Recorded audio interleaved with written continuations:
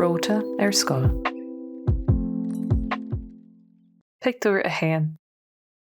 Sa pictiúr seo tá síle ag buin tainmh as an ihe ag an disco lena cárda, agus feicimid iad ag canna agus ag dosa le chéile. Níl cís, cás nó cathú ortha.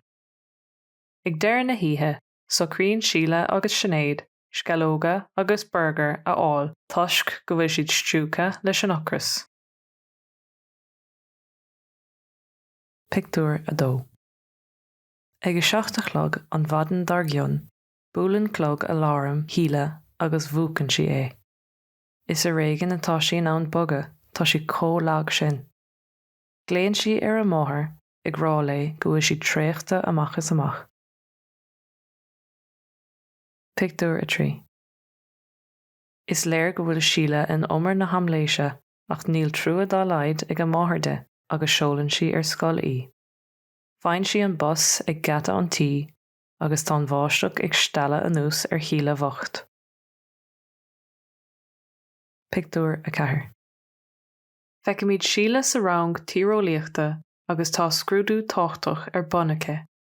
Ní féidir le díriú ar an scrúdú áfach, tá scoil tinnis cín fásach chomh maith le fonn caramach orthu. Ní féidir a héine go bhfuil si a grúchás ceart. Pictiúr a 5. Íonn síle cad dul amach ón na múntóir agus ligeann sé amachí. Téann si díreach chuig an bríomhide. Insíonn si de go bhfuil peann fásach in na bolgacha agus go bhfuil si fíorlag. Tá cuma bhuartha ar an bríomhide. Pictiúr a 6. Tugann an príomhide díreach chuig an dochtúirí agus aithníonn sé lárach go ndearnach nimhú bia ar híle bhocht. Mollann si de sos leapa a thógáil go dtí go dtiocfaidh feabhsarthaí. Ní dólam go mbeidh si ag ithe burger a rís go gceann na bhfad.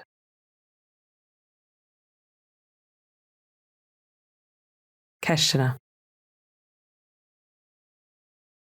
Cá bhfuil na cárda i pictiúr a hain. Conas a bhahíonn síle i pictiúr a dó.